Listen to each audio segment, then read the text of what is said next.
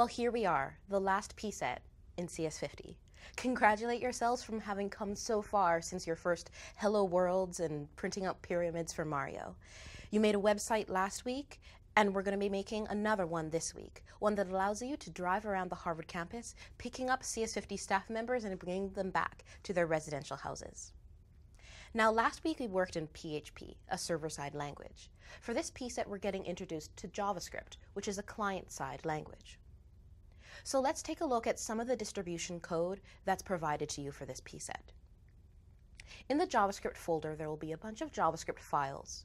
There's buildings.js, which contains an array of buildings around Harvard campus with their information and position. Houses.js is an array of Harvard residential houses with their latitudes and longitudes. Passengers.js contains an array of passengers, the CS50 staff members that you'll be bringing back to their residential houses. Math3D.js, that contains a lot of functions to do with the movement. If you're mathematically minded, then I welcome you to take a look, but you don't need to understand everything in there. Shuttle.js, that deals with the shuttle's movement. And index.html is the homepage where everything happens, really, where the user is interacting with the site. Service.css is the CSS style sheet, which, in addition to the Twitter Bootstrap library, controls how index.html looks. And then we also have service.js, which contains service functions for the shuttle. And here's where you're going to be filling in some of the to-dos. Now let's take a look at objects and associative arrays in JavaScript, which for all intents and purposes are interchangeable. If I wanted to make an object, a variable called a wand, I would declare it, and inside those curly braces, I would specify the core is unicorn, the wood is cherry, and the length is 13. Now I can also access values of objects using associative array notation. So wand index core, I can set that equal to unicorn, or check that if I need.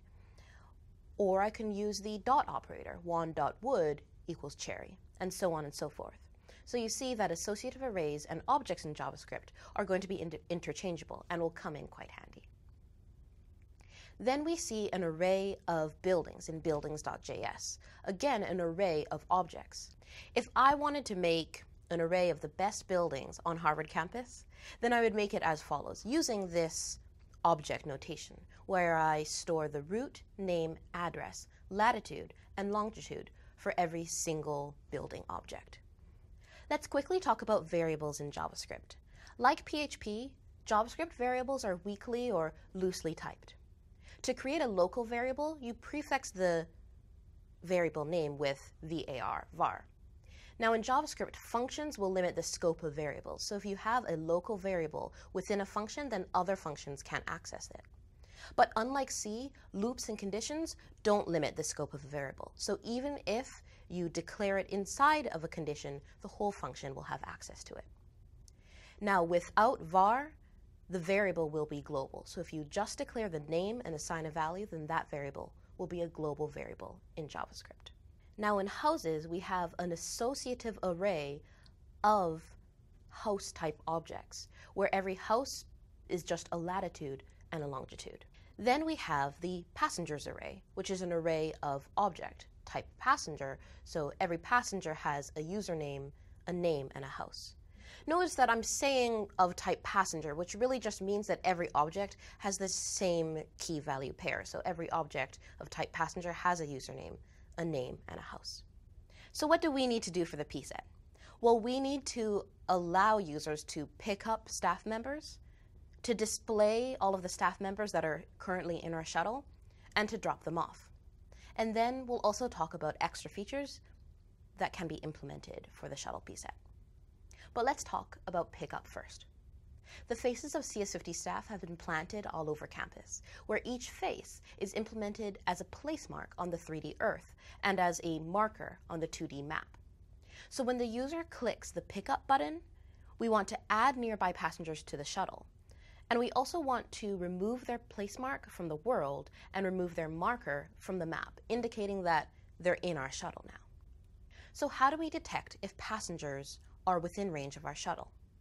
Well, the function distance, so shuttle.distance, passing in the latitude and longitude, will calculate the distance from the current position of the shuttle to the point that you specify with that given latitude and longitude. So you can use this to calculate the distance from the shuttle to the passengers. But how do you know where the passengers are? Well, that's where we'll have to edit the populate function. Populate places all of the staff members in passengers into the world and into the map, but doesn't store their location. So perhaps you can store their place marks and markers in some global array. Now, there already is a global array storing information from passengers. The passengers array stores each passenger's name and their house, so maybe you can add a few parameters there to the passenger objects. To help us detect all of the passengers within range of our shuttle, let's loop through all of the passengers in the passengers array. A for loop in JavaScript might look something like this, very similar to those for loops in C.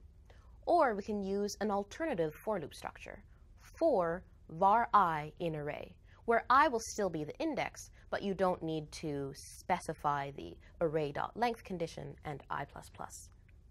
Every passenger's location is given by their placemark, but the placemark isn't the latitude and the longitude. We have to access those parameters by getting the geometry using getGeometry on the placemark, and then once we have the geometry, getting either the latitude or the longitude using those functions. So now we know how to detect whether passengers are within range of our shuttle. Once we have those passengers, we'll want to add any passengers that are within that range. We want to allow them to hop on and take a seat on our shuttle, but only if we have enough room for them.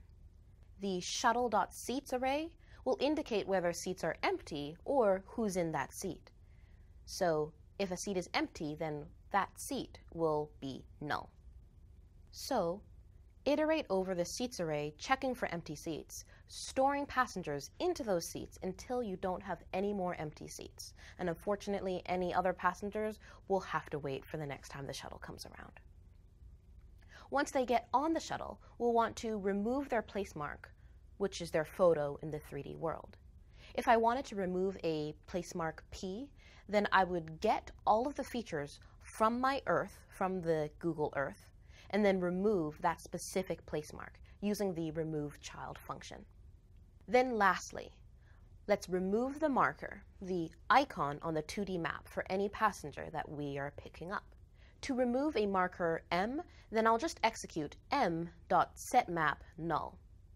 Do this for any passengers within range, and you've finished pickup.